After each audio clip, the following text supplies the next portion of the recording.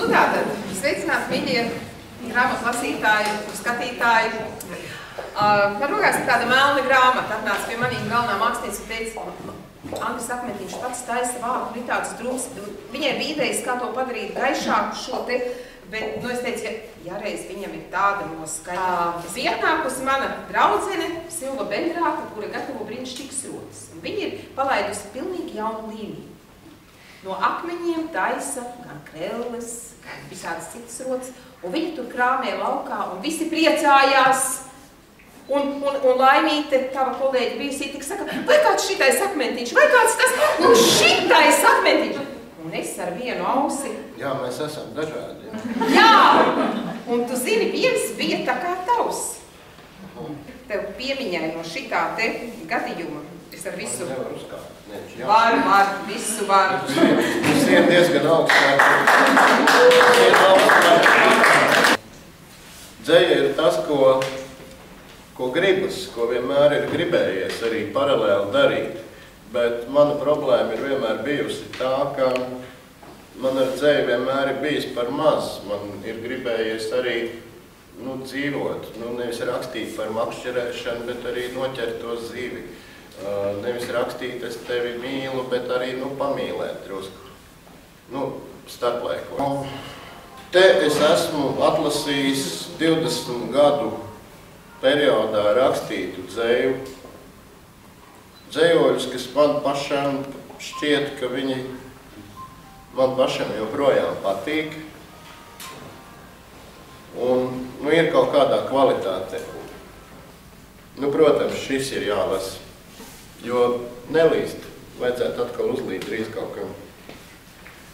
Pēc lietus es izeju laukā, pavērot sliekas. Pēc lietus sliekas rāpo uz ceļiem un nesatiekas. Tieši pēc lietus uz ceļiem ir treknāko slieku bari. Tikai tāpēc tās ir tik tievas, ka noskiepušās tik garas. Tik šķērsāms sliekas pēc lietus pār ceļiem lien, ka liekas šīs sliekas šos ceļus pārzina labāk. Jo sliekām nav labo un kreiso, sliekām ir priekša un pakaļ. Un ja kārtīgai sliekai jāiet, tā pakaļ pavalk uz priekšu, un priekšu pastuļ tālāk uz priekšu, un tālāk kā nazas pasviest.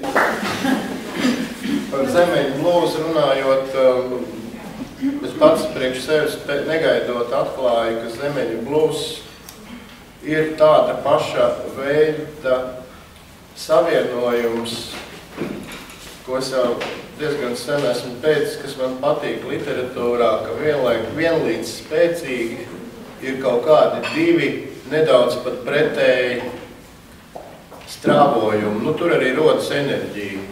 Tā kā, piemēram, tas, ko pavāri zina, ka ir garša pretgarša. Ka mēs liekam pie salda, mēs pieliekam skāpumiņu, kas ir salds kāps, un zemene, kas ir saule, laime, un blūzs, kas ir skumjas, tad prieka skumjas, tas viss. Šajā grāmatā bija daudz tādas poetiskas formulas, un tad baigā daudzveidība, kur apakšā bija meklējumi. Un šī vispār ir tāds kā dzejolis, kā Mendeļejeva tabula savā ziņā.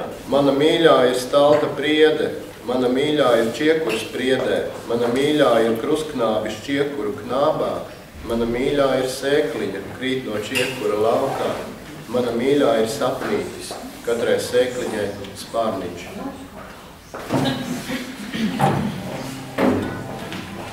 Varbūt tad pakoncentrēt mazliet.